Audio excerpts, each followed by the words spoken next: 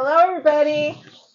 It's me, Natalie, from Creative Bakers as I sink into this chair.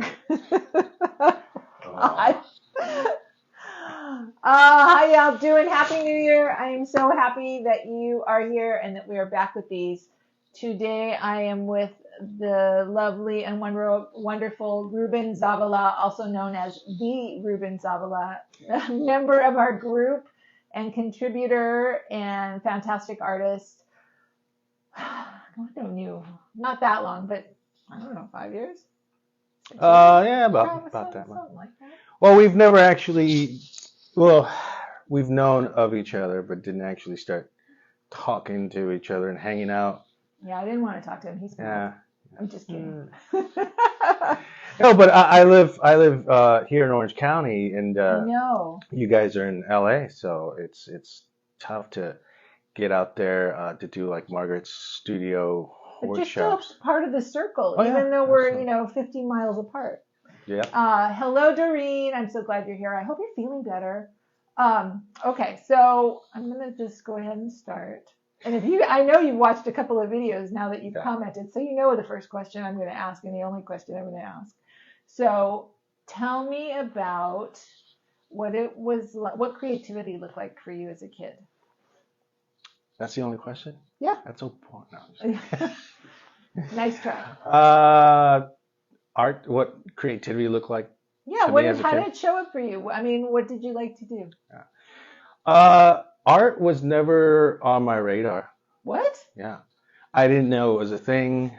I just thought it was stuff that appeared out of the ether. What my life looked like, there was creativity in my life, but it just wasn't painting. It wasn't art. It was in the form of film and movies. That totally counts. And absolutely. Yeah. Oh, absolutely. And I've always said when I have these discussions with my artist friends, it's I always have to mention that I always saw things like through a director's eye, like in a cinematic way. So I have other friends that have done that. They're like, I always imagine that there's a director behind me directing me and how it's supposed to look. I don't know. Is that well, similar? no. I am the director. I was the director, and what I mean by that is if when my younger brother, he's a year and a half younger than me, and our neighborhood friends would play whatever that was, it was always as if we were in a movie, and I was acting. I was acting and directing the parts that I was playing and that they were playing.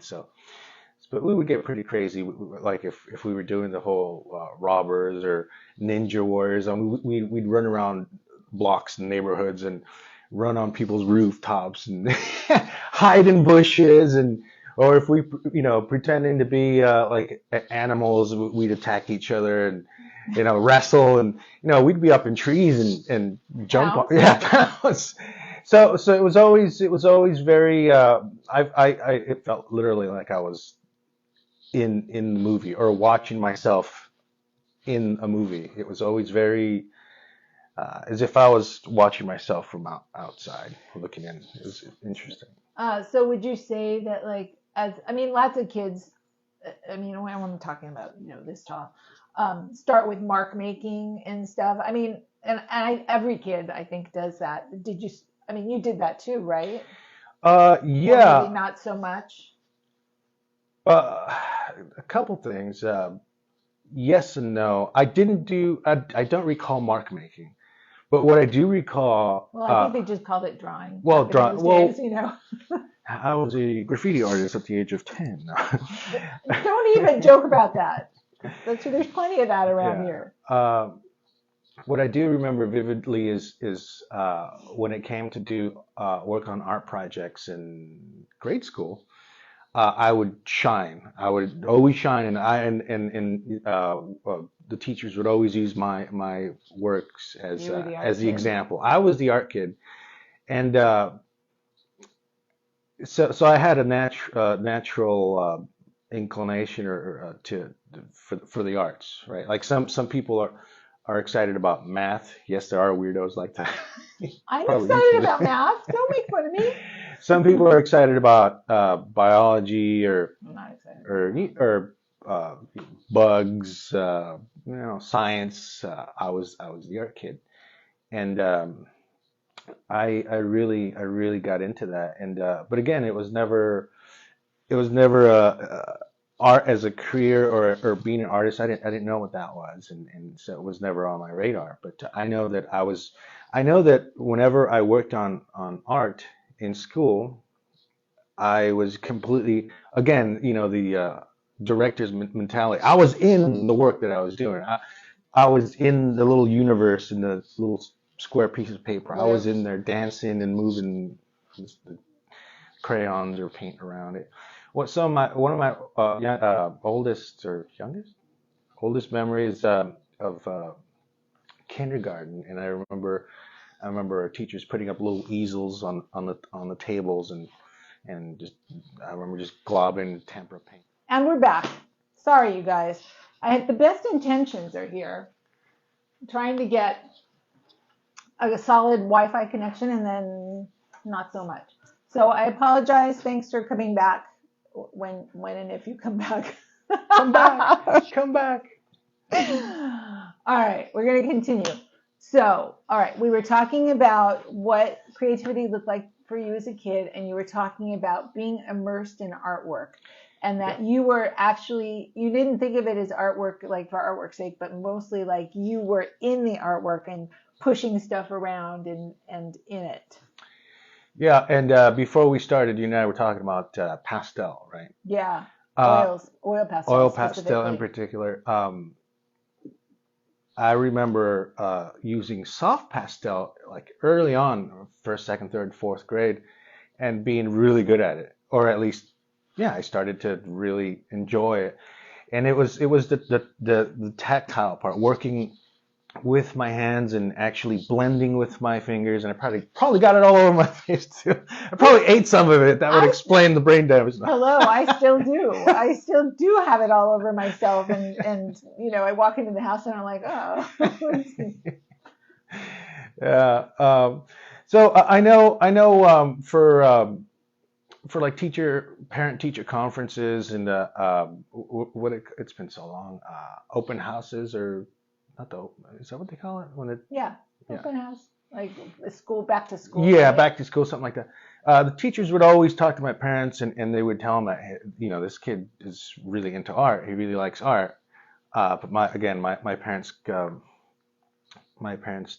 didn't go on to college or anything, so they had no idea as to what to do or can we do anything, and definitely couldn't afford like art college or anything. So that wasn't on their radar. That wasn't on their radar either. And but I remember what my dad did do is he went out and he bought like a little, those little watercolor sets. They're like $5 or something.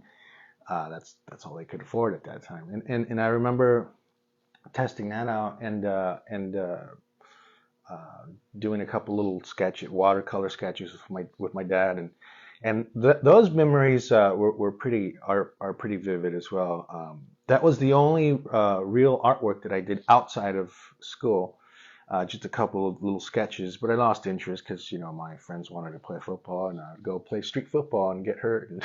I mean, but that is to be a child, to have multiple interests and be everywhere, and of course you want to be with your friends. Yeah. If your friends aren't art friends, then you're doing everything. And none of them were art friends. No one was into art. I think being a kid artist, there's usually only one or two per class. It might develop further later, but in the beginning, I think there's only one or two that like make sense of it. Yeah, well, yeah, no one made sense of it, and growing up and where I grew up. So then going into high school and stuff, was this still an awareness that you had?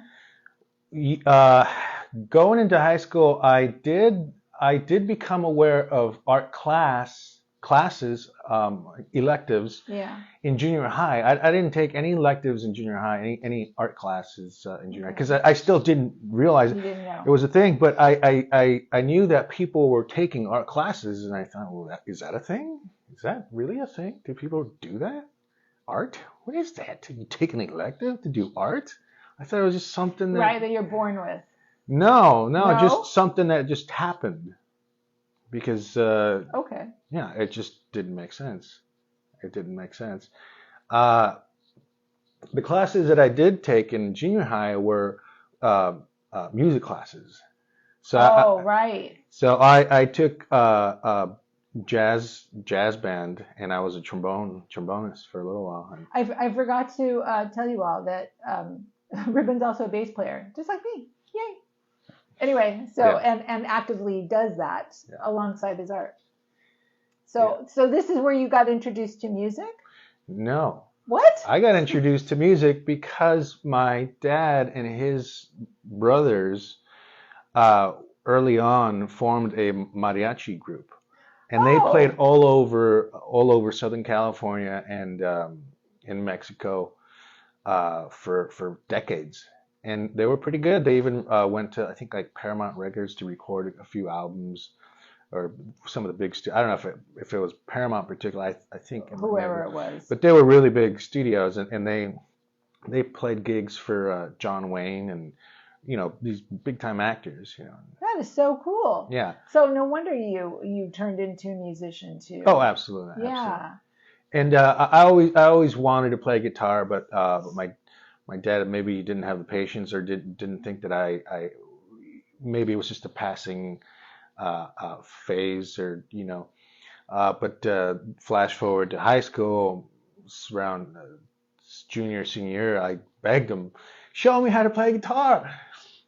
He said, okay, I'll show you how to play guitar under one condition. You have to learn I'll teach you how to play the bass, and you have to play the bass in the church choir with me.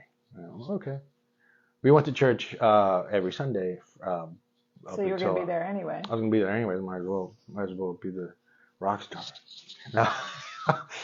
But yeah, so that's how I learned how to do both at the same time. That makes sense. Yeah. That makes sense. Okay, so you had this interest in music coming into high school. So did you go to college? I did go to I guess you could say like a tech college, but that was later on. I graduated in 96 from high school, and for like the following 5 years, I attempted to go to college, to a junior college in Fullerton, and they have a pretty good art program. Mm-hmm. But I ended up dropping half of my classes. I just wasn't focused, didn't know what I wanted to do, and but by then I knew it was all about art. It was all about art and music. So I was really exploring my creative and artistic brain in both music and art. Okay, but right now, as a day gig, you're a graphic artist. I'm a graphic designer. So how did you get there? Because I always think of graphic artists needing to have education behind them in order to learn how to use the programs and everything else. I did, after about 5 years of wasted time. No, I wasn't wasted. Never wasted. You're right. It's never wasted. I decided to buckle down, so I went to a place called Brooks College in Long Beach. Mm-hmm. For about 20 or 30 years, it was a photography college. Photography focused. Yeah. And then they opened it up to media, to multimedia, graphic design, fashion. Mm-hmm. Yeah. It was a full-blown multimedia 3D design. So I went there, and it was a two-year program. But it was accredited, and I got out of there with an associate's degree. Mm-hmm. But it's a for-profit school, so they charged up the wazoo, and so that's where I got my formal training in graphic design and video production, actually. But let me back up a little bit. When I was a freshman in high school in '92. That's when Adobe came out with their first Photoshop version. Mm-hmm. So our art teacher, advanced placement art teacher, I don't know how we did. 'Cause our school didn't have a lot of money, and I'm sure they probably aren't rolling in a lot of money. But somehow we were able to get the art department was able to get their hands on 2 Macintosh computers with the true floppy disks running the DOS system. But somehow, we got the first version of Adobe Photoshop. Wow. Yeah. Because that was so expensive. It was so expensive, and the technology hadn't caught up with the application. So I remember instances of trying to use the little airbrush tool. Back then it was an airbrush tool, and I call it a paintbrush tool, and just clicking on one pixel, and the system would crash. It's frustrating. Yeah, so there were about 2 years of that, and it wasn't until about my junior year that I guess they finally figured out the bugs and or maybe got new computers, and that's where I learned how to use Photoshop. We weren't trained formally because no one there knew how to use Photoshop either, including the instructors. Right. So we were encouraged to play around with it, and so that's where I was introduced to graphic design. So that put the seed in. It put the seed in, and I knew that I could do that. That was another possibility. College for art, fine art, was never. It was on my radar, and I would have loved to have gone, but I wasn't a very focused student in high school. Can I ask you a question? Because you keep using this word focus, and I don't know if this is, but whenever I hear the word focus, I'm like, oh, ADHD? Do you know? No. Well, maybe. No. I mean, I don't know. What? No. Squirrel. I just wonder, because it seems to be a common theme that I see with artists, especially people that use a lot of different mediums, and that can't stick to one or don't want to stick to one. They're always moving around, and I start to wonder, is this an ADHD thing? I wanna talk about that, but to answer your first question, I don't believe it's ADHD. HDTV? Maybe it is. No, I think more. I think equally as important. It's not the lack of focus. It is lack of focus, but not because of ADHD. Mm-hmm. It's because there's no mentorship. There's no guidance. Yeah. There was no guidance for me, anyways. Yeah. I was placed in advanced placement art classes since the first day of high school, and they didn't have an advanced placement program at that point. Mm-hmm. But a group of us showed enough talent or interest that they developed an advanced placement class just for us, and it grew from there.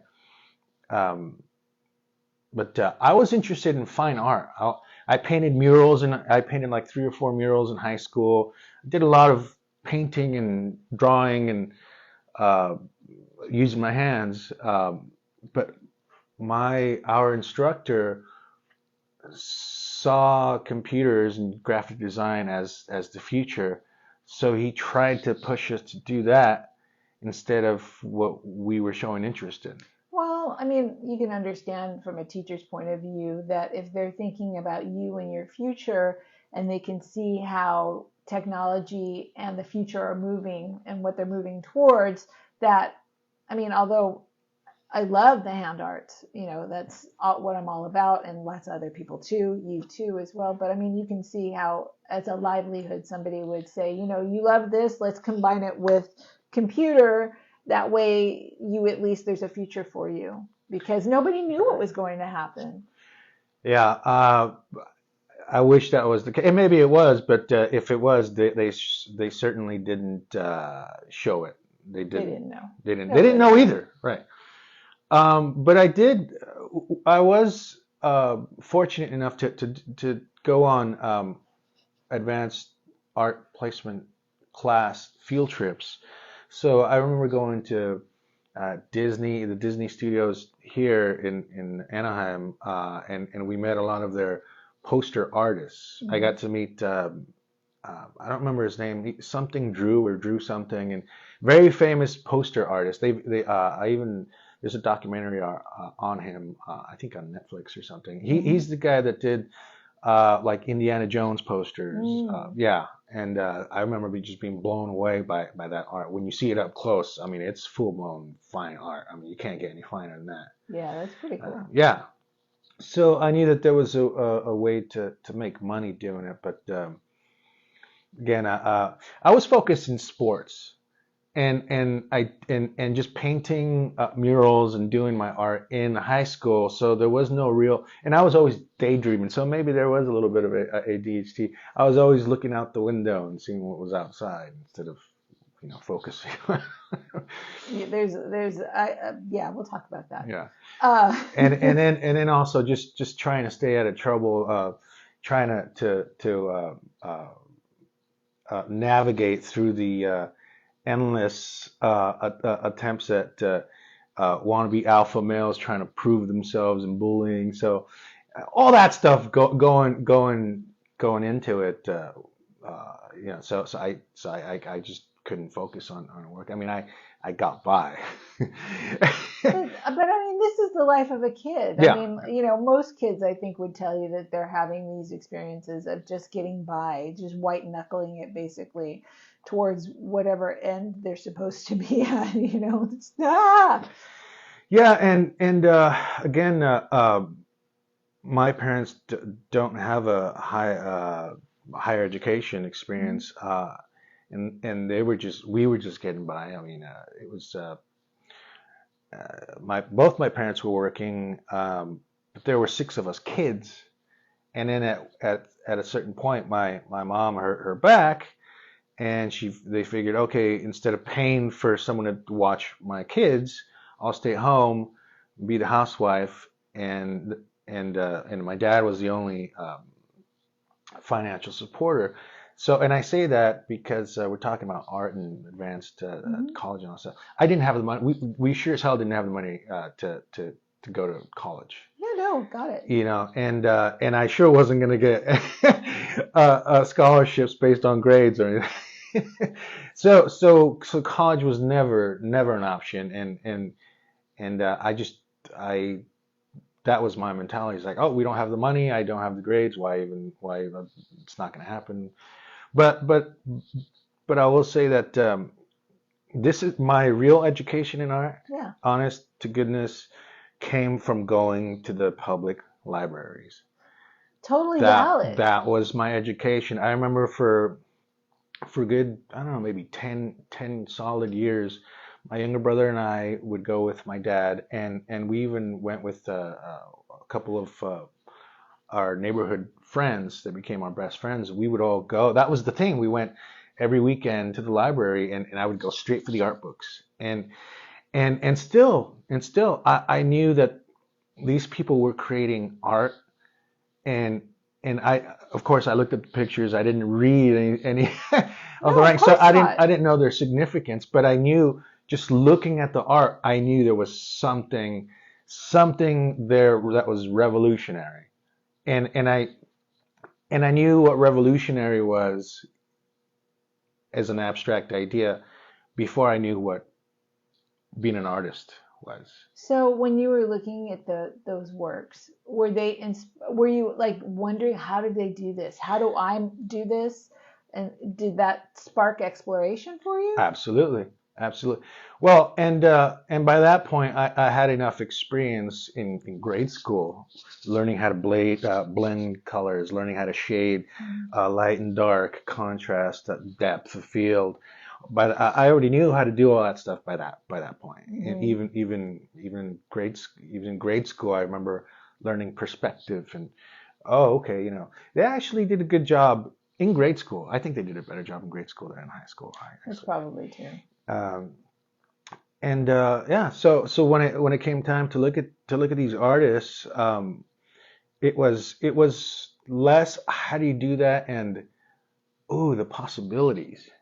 I didn't know that you could do that, or I just hadn't seen the work. So it was, you can do that.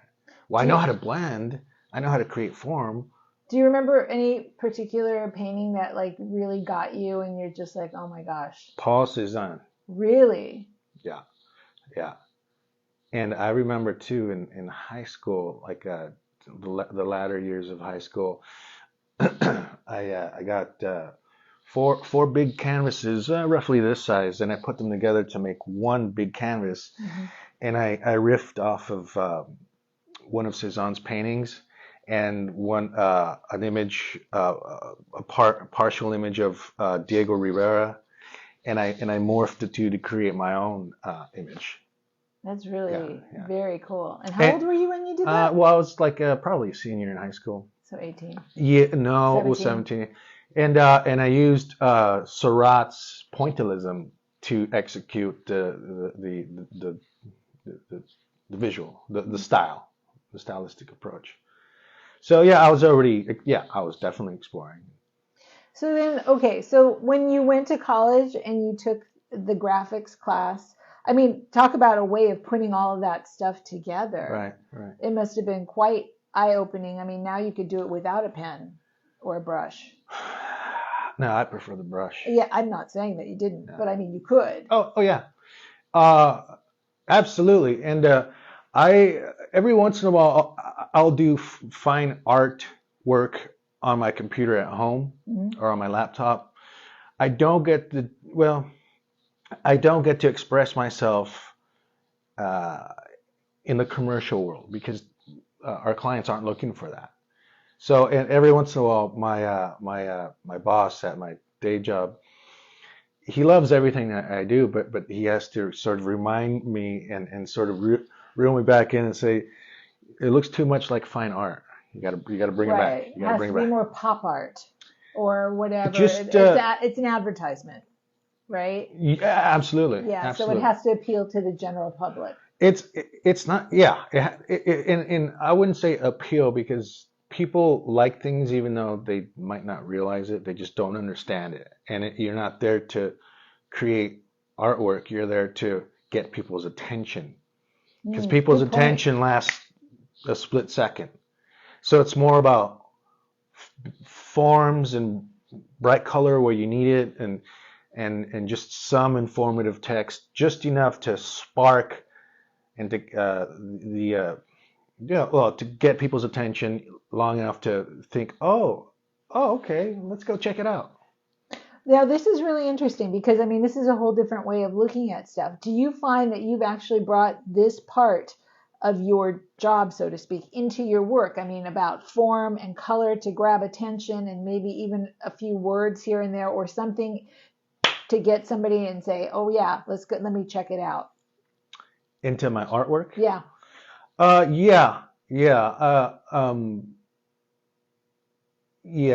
It's. I mean, maybe not even consciously. No. It is conscious. Conscious. I do it consciously. It's in the. Sometimes what I'll do now is I'll create more of a flat picture plane versus trying to create realistic or mimic realistic depths, and it's more about flat surfaces and flat color to sort of to fill voids in artwork. Let's talk about. Maybe not so much there. What do you want to talk about? Like the background. Here, I'm going to get a step out of the way here, so we can sort of see this. You can kind of see it. This is the silhouette of this guy on the mic. This one right here. Now that's a mic. It's so funny because it almost looked like a sickle to me. So it's a microphone, and it's. I used to work at a comedy club in San Francisco, so that's why you see the Golden Gates. Oh, right. So you can read it in the camera. The camera can barely read it, but notice that it's a silhouette, so you know it's a human being. Maybe you can't really tell what he's holding. He's holding a mic, and in the background are just bright colors. Here, I'm gonna bring you guys a little closer to this so that you can see it, and I'm gonna move this chair out of the way. I'm wrecking the whole composition of this interview, much to Ruben's dismay. No, it's okay. Because he's an artist and he wants to control things too. No, it's all right. It's all right. But you can see here's the image that he was talking about, and references to the Golden Gate Bridge are down here. in San Francisco. And you always, this calla lily theme of yours, I see it in lots of your work. The calla lily is sort of it's an anthropomorphized version of myself. It's a self-portrait. But I love that you know that about yourself, because there's lots of people that have no idea, that are drawing and doing their thing and are forgetting that it's all about them in some way, shape, or form. See yourself it's okay. a little. That's all right. I can see. So forgetting that everything is about you, whether you are liking it or not, whether it's a commission or not. Well, you're in it. This definitely is about me, because I was living in San Francisco at the time, working at a comedy club, and it's a big city, and then the calla lilies come from Diego Rivera, right. and how he used it a lot too. Right. So it's sort of a stand-in for my Mexican background, that Your culture, heritage. my heritage. Mm-hmm. I was born here, but we're connected to Mexico, and your ancestors and everything else. Well, I just mean physically, we're on the same continent, so this was Mexico at one point. Yeah, totally. The people didn't go anywhere. Just lines were moved. Exactly. Borders were moved. Borders were moved, but people stuck around. But I love art from all over the world. So going back to that, and so that's where that comes from. But you notice that there's a lot of flat shapes here. I do create depth by doing the basic things like I want this to be dark, so that tells your brain that it's further back, and tucked in, recedes, exactly. Mm-hmm. So there are elements of graphic design.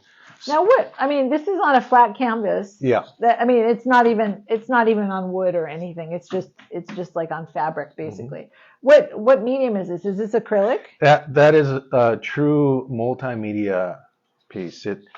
Acrylic, oil, paint, even Sharpies, marker. I was going to say, I see marker in it for sure. Maybe even pencil. Yeah, all of that. Yeah, everything. Yep. Interesting.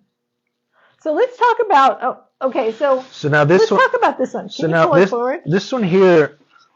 Here, let's just bring it out. Because. Okay. I'm gonna lift. There's glass there. Careful. It's okay. Let's put it right here for now. And then I can move it forward. Hopefully there's not too much shine on it. So this image here, the figure was I took from it's Mayan. It's a Mayan hieroglyph. From a codex that resides in Dresden. I think Dresden's in Germany, right? Mm-hmm. Yeah. So they referred to that codex as the Dresden Codex, and it's one of the few surviving codices that is fully intact. There is so the images the images are very vivid, and so anyways, I took that image, I drew it freehand. Everything's freehand, by the way. I don't grade or anything like that. That's just how I prefer to do things. Mm-hmm. And then I added all kinds of media to it. Mm-hmm. So I see oil pastels on this. Oil pastel, soft pastel, oil paint, acrylic. Yeah. Do you put your oil pastels on last? Yes. Or your oils. Yeah. Now, because this character has a jug of water that's coming down, I added the little clouds up top. Mm-hmm. So the clouds are there to sort of reinforce the idea of rain and mm-hmm. cloud, it's water. But they're also graphical elements. I'll let you in on a little secret. Yeah, tell. Because this was freehanded, I didn't grid it. I started too low. So see, if you're wondering why you should grid, that would be a good reason to grid, because everything will be in proportion. And for you, those of you that don't know what we're talking about when we say gridding, some people when they're drawing, like you have a picture, if you put it into equal squares and then put equal squares on your canvas and then just go square by square by square to transfer the print, even by hand, you will get a picture that is in proportion, and then you can place it any way you want to. So because of that little faux pas, I thought, okay, well that I'll just add some graphical elements that will reinforce the idea of rain and water. It totally works though. Right, You know, right. I mean, even with the figure a little lower in the picture plane, but having the clouds up there really, it doesn't Absolutely. even. I Right. never thought of looking at this and going, Well, no one would know that, and I know that. That's why I did it. And that's why it's a secret. That's why it's a secret. But this I first I drew this. This was a piece that sat for about a year or two before I added the clouds on top and a lot of the oil pastel that you see on top of there. I knew it wasn't finished. I just didn't know what I wanted to do to it. So I put it away, and it sat for about a year and a half to 2 years before I went back to finish it. Mm-hmm. And I think that's a totally valid thing. You know, a lot of people in this group talk about, you know, it's done, you know, put it away. It wasn't the way I liked it, but I think there's so much value in just like setting it aside for a while and then looking at it with fresh eyes. Oh, absolutely. And figuring something out. Absolutely. Here, let's carefully move this back. Now, you were just saying, you know, I didn't go to college, I didn't have a mentor, I didn't have the education, whatever, behind all of this. But, I mean, obviously, you are exploring things and you're curious about stuff. Absolutely. I mean, you're talking about codices and Mayan art and all this other stuff. I mean, this isn't stuff that everybody knows about. No, and I'll tell you what really helped feed my hunger for learning were the public institutions, and I'm referring to specifically PBS, KCET. You know, back then before the Koch brothers decided to fund it and sort of change a lot of the stuff. They really explored all these things. They explored art. They would talk to intellectuals. You're old enough to remember. I don't know if you watched that stuff, but back then they really were exploring the mind, exploring art, and it really was and it still is a super valuable resource.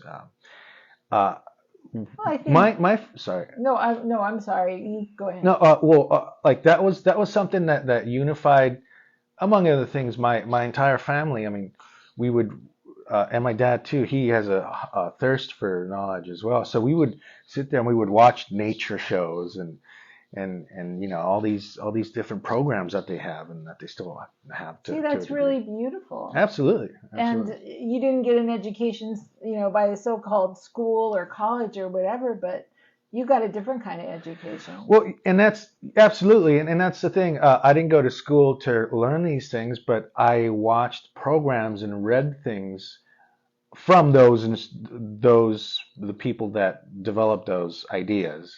Yeah. So yeah, I mean, education comes in many different forms. Well, I think too, obviously, your love of the public library. Oh yeah, and absolutely. You know, checking stuff out and being curious, even if you only stuck to one section and that was the art section, there's still so much to learn there. It's obvious. Yeah, one thing I wanted to be, probably like most people, I wanted to be a million different things when I was growing up. One of them was an anthropologist. One of them was an archaeologist, because I love learning about the past. I love learning about people and different cultures.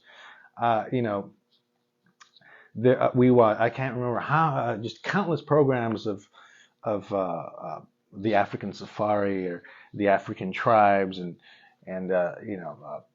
All parts of the world, just learning about the land, learning about the cultures, was very influential, and that's where a lot of these colors and textures come from. It's not just from my Mexican heritage; it's from the world heritage. Yeah.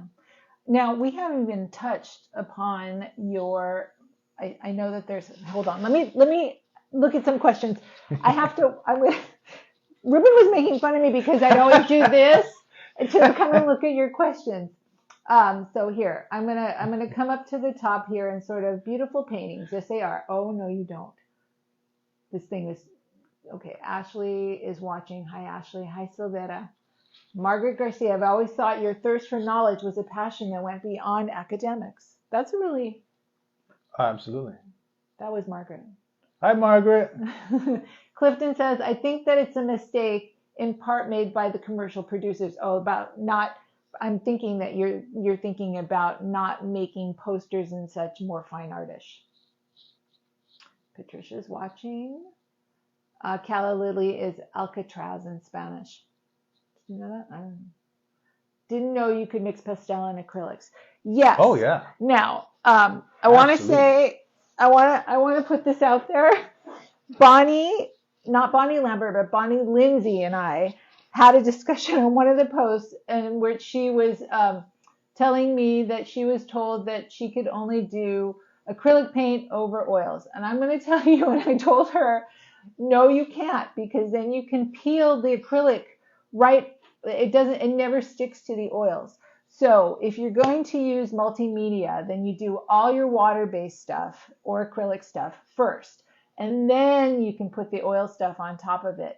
Once you put the oil stuff, that's it. You cannot put any more water-based stuff on top unless you can find a little area that hasn't been touched by oils. You can't do it because it'll just peel right back up. It won't stay stable for you. It won't stay stable, but it can work. You can do it, but the longevity of it. Yeah, you won't have an archival. And that's a big problem with Jackson Pollock work. He used a lot of just run-of-the-mill generic house paint, and that stuff is deteriorating like crazy. Right. And it was definitely, it used to be oils, now it's acrylic, or at least for us here in California. We can't use oil house paint anymore. They don't make it. Now, I will say, for those of you that are interested in or thinking about using soft pastel over acrylic, you want to stay away from using thick layers of acrylic paint, because what happens is it creates a sort of glossy sheen to it.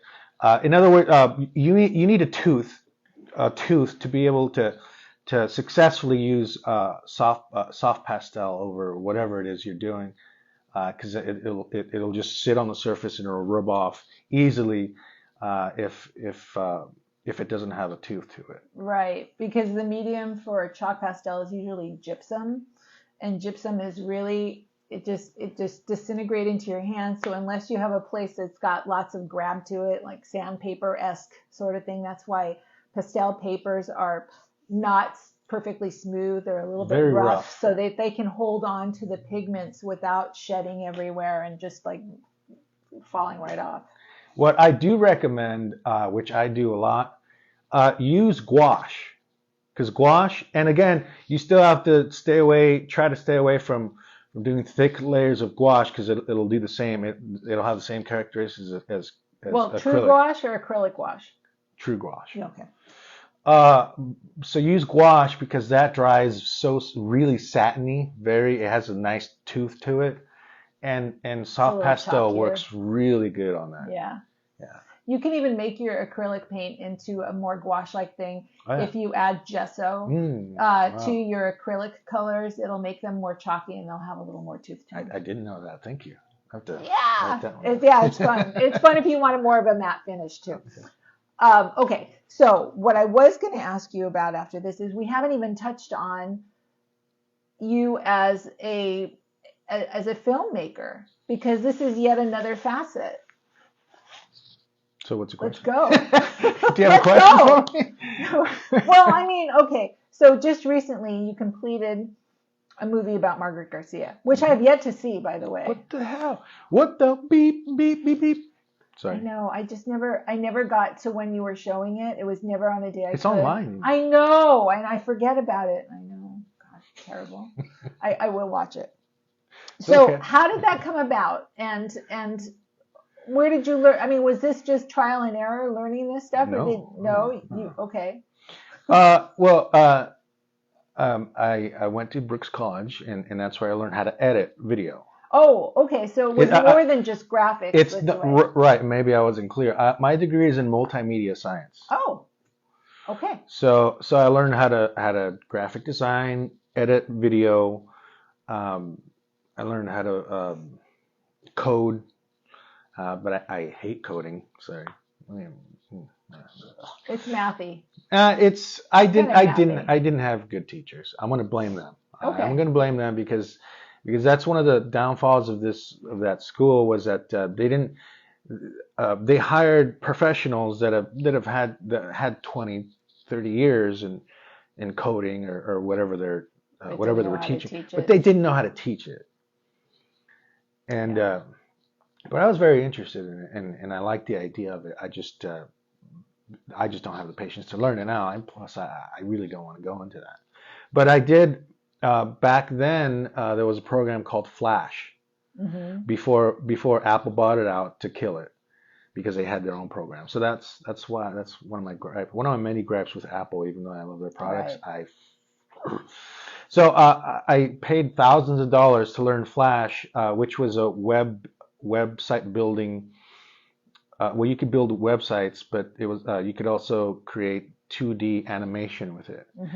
And the cool thing about Flash is that you could enter script commands that would generate different motions and different actions. And I was really good at that. So I did know how to script when it came to Flash. But the internet stuff, forget about it. But then again, so I learned, and I was starting to master that, and I was starting to build my work after the program, and then of course Apple came and they bought it to kill it because they wanted to promote their own software. That's fine, do what you want, but I'm not gonna. You just killed my motivation for going into that field, which is fine because I had a million other things I wanted to do anyway. So they probably did me a favor.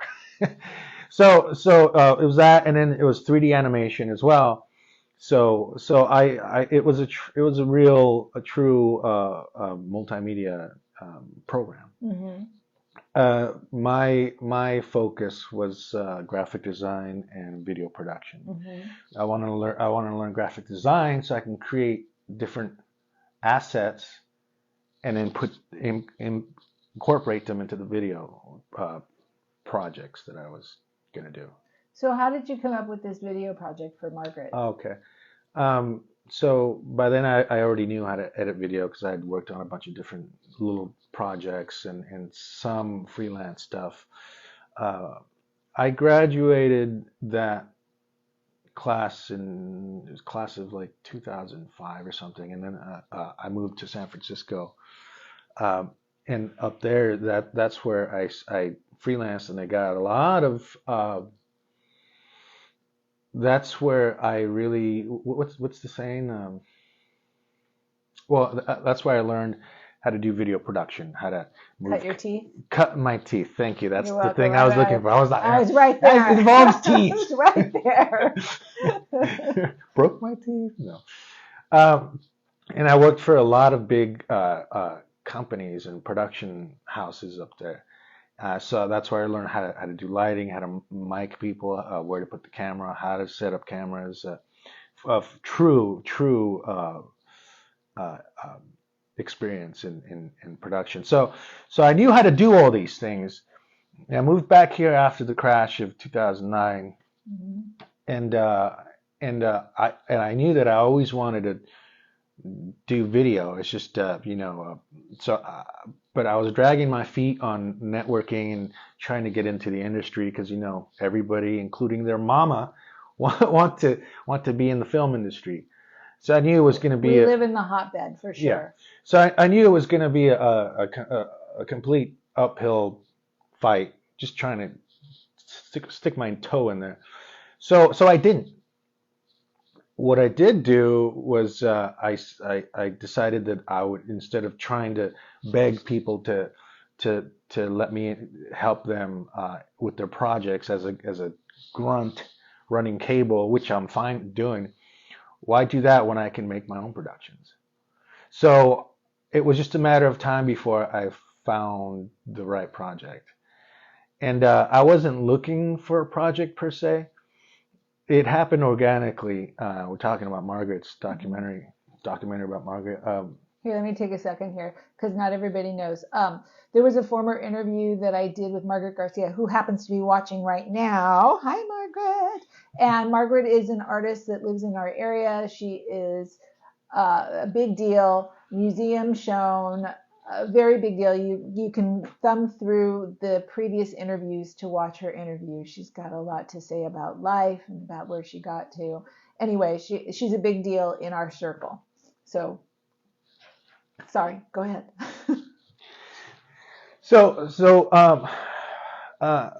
This was 2018, maybe. It's really recent. Yeah, absolutely, because these last 3 years don't really count for it. They were sort of just a void. What happened? So 2018, at that point, we were doing a lot of plein air painting. You even came out with us too. I think Foster Park in Ventura. Was it? Yes, I came out to Foster Park.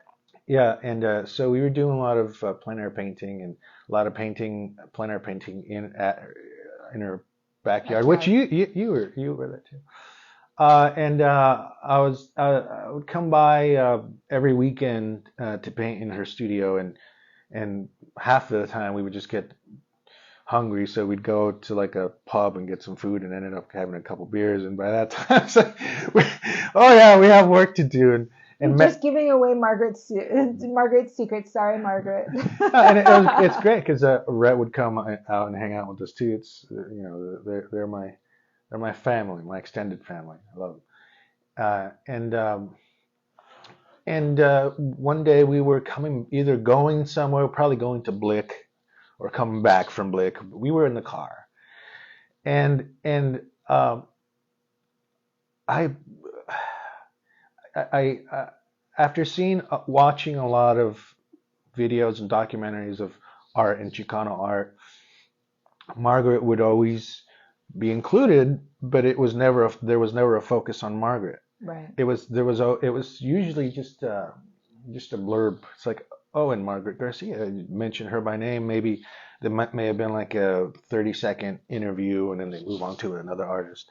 And there were a lot of so I had seen documentaries about other artists, but I hadn't seen any of Margaret. Yeah, so going back to this day in the car, I thought, I just blurted out, Margaret, I want to make a documentary about you.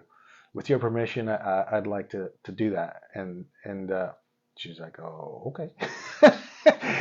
And the idea was to create awareness, because Margaret is someone that needs to be seen, or her artwork needs to be seen and heard. And Margaret is a genuine.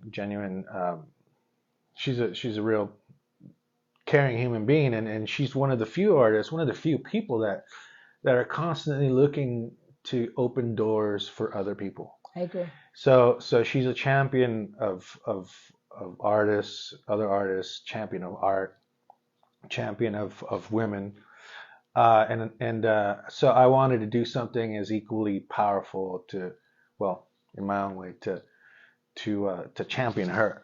Mm-hmm. And so that's how that happened. And I knew that it wasn't going to be, my documentary isn't an academic documentary. It's not the chronologically.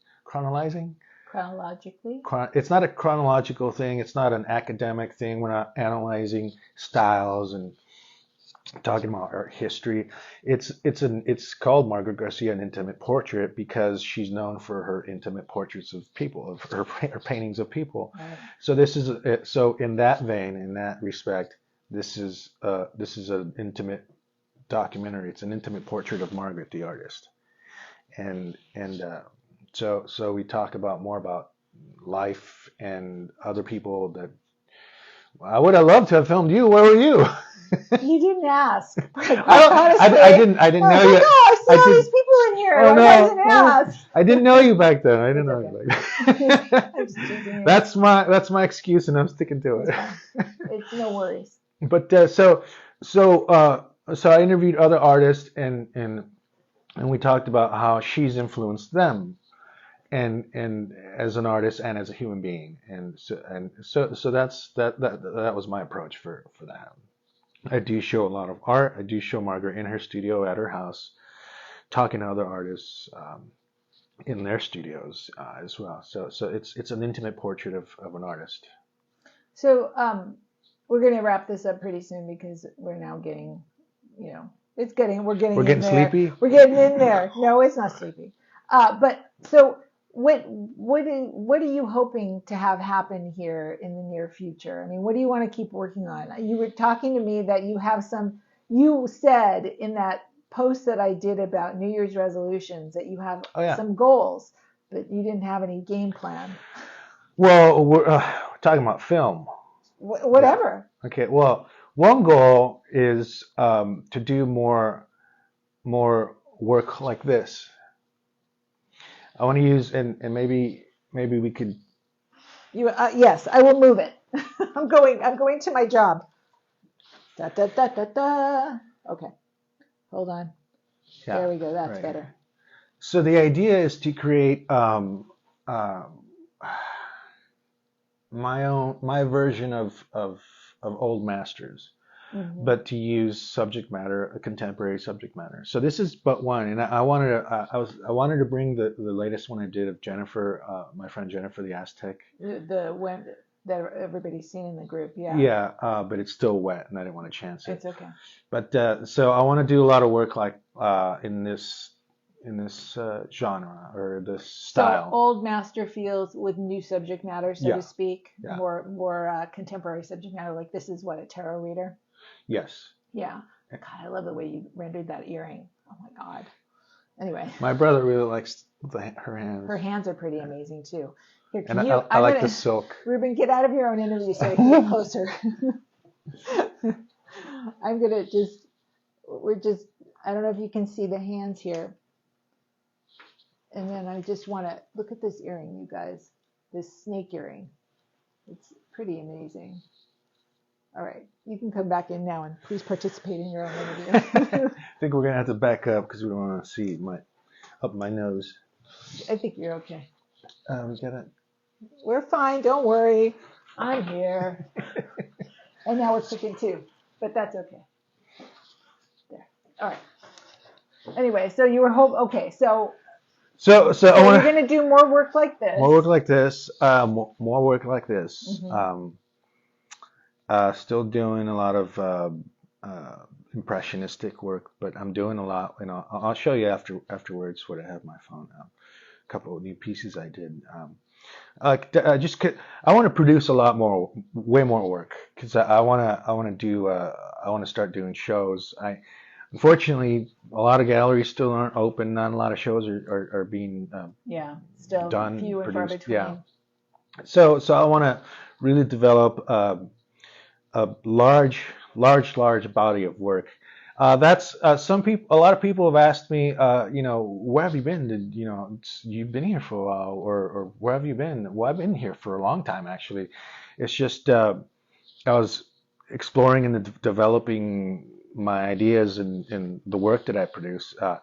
So I did for a long time. I just didn't. I felt that I didn't have enough work to at the level that I wanted to be at. Now I feel like I'm starting to get there. So it's all about. So my plan is to create a lot of work in these two styles, and then when it comes to film, I just finished a short film that I'll send you a link to. It's an unpublished video.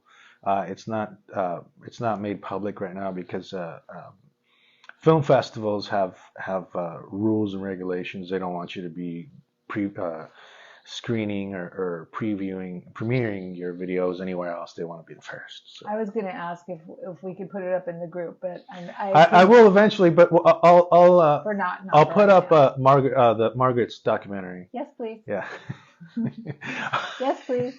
So somebody can watch it.